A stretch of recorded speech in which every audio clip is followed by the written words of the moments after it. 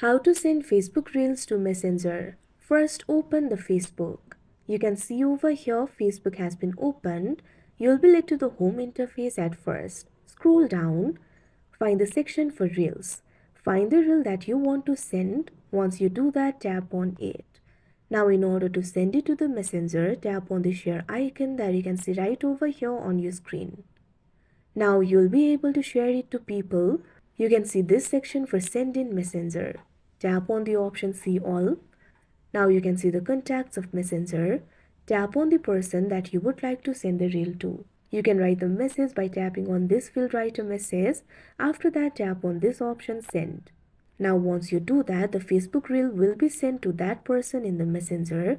You can open the Messenger and check it if you want. You can see over here the reel has been sent to that particular person. So like this, you'll be able to send Facebook reels to Messenger. That's it for this video. Thank you for watching.